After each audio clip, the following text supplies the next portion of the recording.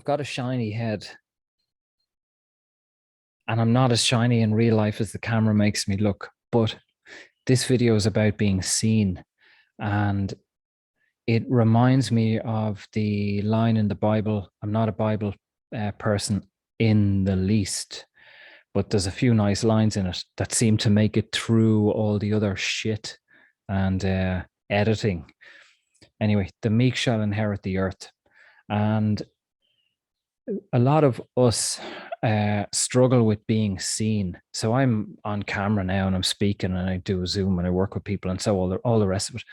But I'm still work. A lot of my work now is there's loads of facets of my work, but a facet of it is about being seen, is about allowing myself to go further. Now, the point is that whatever I'm working on, I draw in people who are doing the same thing or who are meeting their own restrictions and their own walls and blocks and so on. So, for example, the Zoom session, everyone in the Zoom Sunday sessions, the group sessions, are afraid of being seen. And I don't necessarily mean that physically. Like it might manifest that like they don't want to be on camera or they don't want to speak. Everyone's like that. I'm like that. I don't like being on camera. I don't like public speaking. I'm terrified of public speaking. But my point is that like there's a lot of noise in the world, you know, when it comes to fucking Trump or the pedophile Biden or whoever it may be. There's a lot of fucking noise. And do you notice there's a lot of noise about junk? Black Lives Matter is junk. Climate change is junk. Of course, the climate's changing. I'm not going to get into the splitting hairs of what that's about, but say coronavirus, junk. All the noise about useless stuff. And as I've talked about this in length before, is that all of these things, all these loud things, you know, it's like that monkey with the cymbals. All of these loud distractions are ultimately to keep us off the path and keep us away from who we are, stop us awakening or slow down the awakening. Here comes a Mexican salesman, which is about to drive past, and you might hear the radio or the loudspeaker of what he's selling.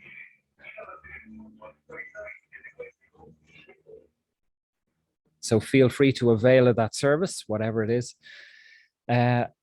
Whatever I was talking about was really interesting. The noise and the distractions. So now I don't view it from the conspiracy angle that they are trying to distract us and keep us asleep. No, we are trying to distract ourselves and keep ourselves asleep. This is the test. Gavin has designed his existence. Gavin doesn't exist. Gavin is a fucking egoic persona. Gavin's not consciousness. Well, technically he is part of consciousness, but it's a persona. It's not who I am. I don't even know what Gavin is. You know, when I look in the mirror, it's like, that's not me. Hear my voice. Yeah, that's not me. You know what I mean? Who's this guy? But we have designed these, the distractions, the circus around ourselves to see, can you find your center? When all this shit's kicking off and getting loud and there's another protest and there's another virus and there's another fucking terrorist attack and all these, you know, all the circus is really banging away. The monkey with the cymbals. Do you want to avail of his service? Dance with me.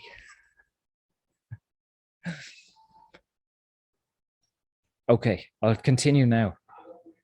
Just about.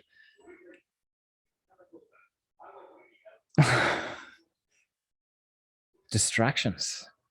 Not interesting. No coincidences. Can I remain centered or will I lose my train of thought? Will I stop the video and go, oh, I can't work with this. I can't work under these conditions. Don't you know who I am? So we've designed all these tests of the media and the world to see how centered can we be. And it's our work to be centered, to not get sucked into these things. So to come back on track, there's a lot of us, you know, in the Sunday Zoom session, and there's more because every week I'm contacted by people. I guarantee it. Every week I'm contacted by a number of people. Some people are sometimes the new people who've just discovered me. Sometimes it's people who followed me for a while, maybe been in touch before, maybe not been in touch before.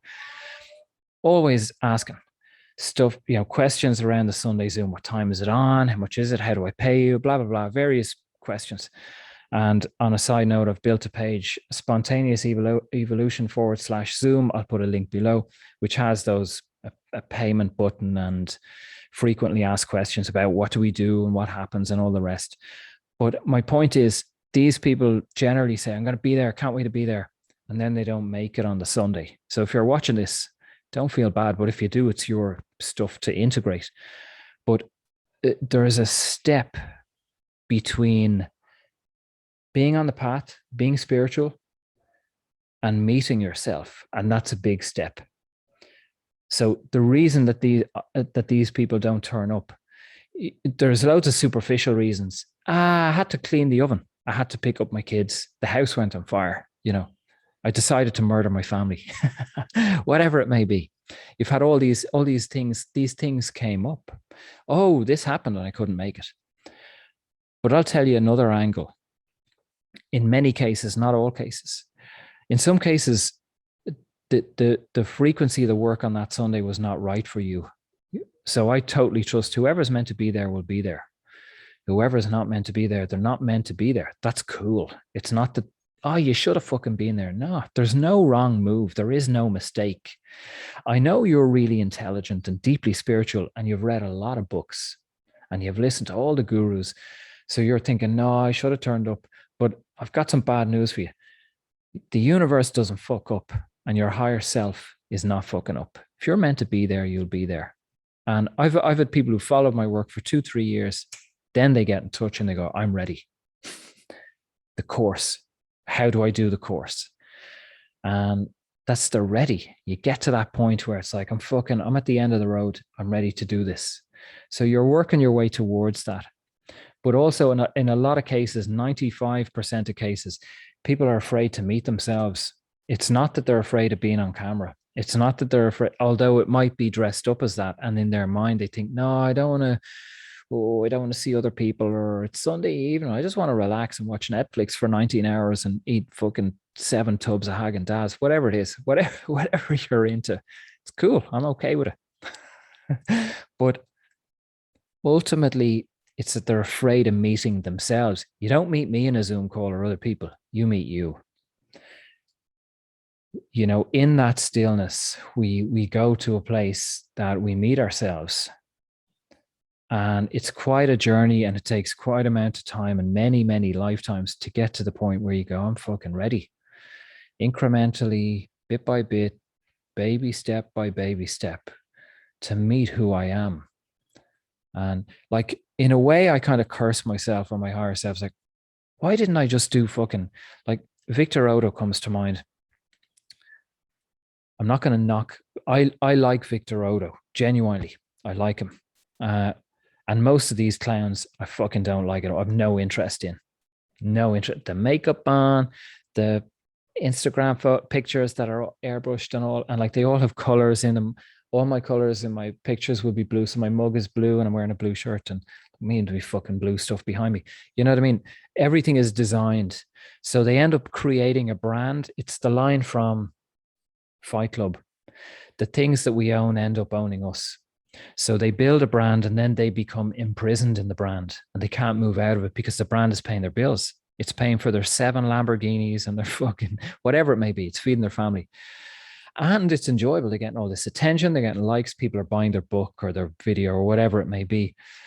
And Victor Odo is one of those beings. I discovered Victor Odo years ago when he had probably about 1,000 subscribers on YouTube.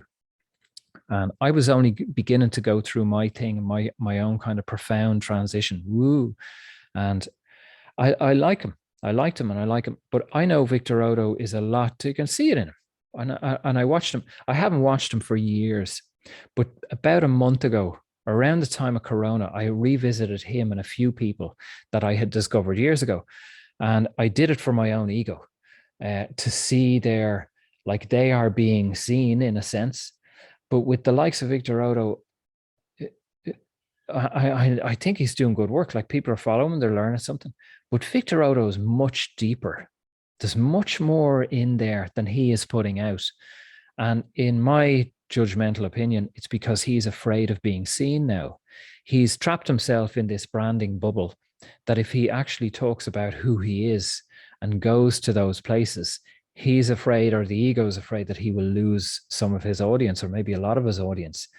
Because a lot of people just like these updates, full moon update, these kind of things. It's fucking disposable junk.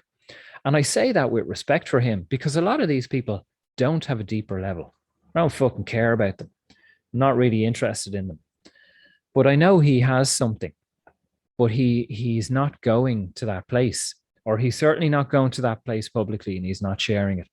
So my point is, with the loud Volkswagen Beetle that's about 60, 50 years old trying to park outside, is that our voice is relevant.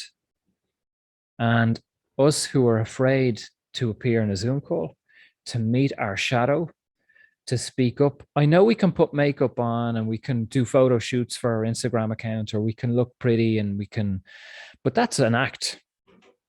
Or maybe we could do a video, or maybe we can write a book or whatever. Like I've had those clients, and I've had to say to them, it's an act, it's a persona.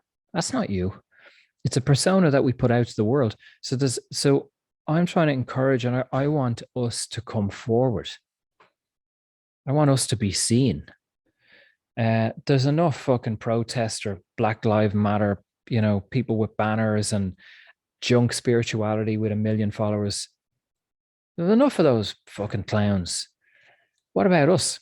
Pretty much everyone who's been a client of mine, I've encouraged, some of them are yoga teachers that they can bring that fucking energy, be it one-on-one or to a group of people. Yoga is not about getting fit and looking good in yoga pants.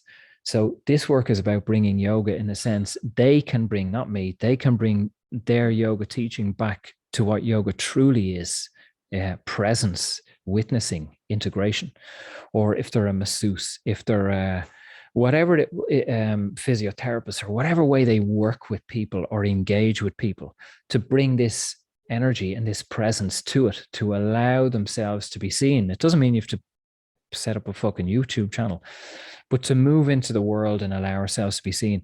And that's my journey too, to go deeper, to allow you to see more of me. That's like when I edit this video, I guarantee you, I will see my walls. I will see the inflection in my voice, how my voice changes at times, how my eye contact or body changes, which they're all beyond the conscious mind. It's ways for me to kind of protect myself. I'm working away from trying to work through that, and doing the Sunday Zooms with a group of people live for me was a way to encounter that, was to force myself to fuck up, be seen. Maybe people won't turn up again. Maybe he's an asshole. He talks too much, doesn't talk enough. What's he talking about? Why did I fucking pay for this? This is useless. So for me to go through that, and I invite you people to come through that with me, with each other. I know because I've been contacted by enough people, and every week I'm contacted by people who want to do this work, who want to turn up, but ultimately are afraid.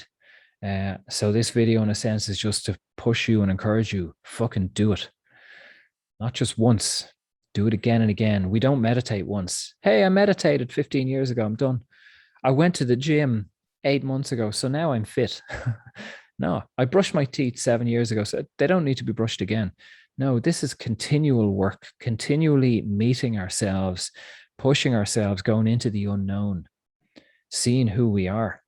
Imagine meeting yourself in a room full of other people. It's a profound experience, a sense of community. Anyway, I'm out of time. Thanks for listening to me. And follow your instinct, not the rattling mind. Take a risk. See where it takes you. Thanks. Be well.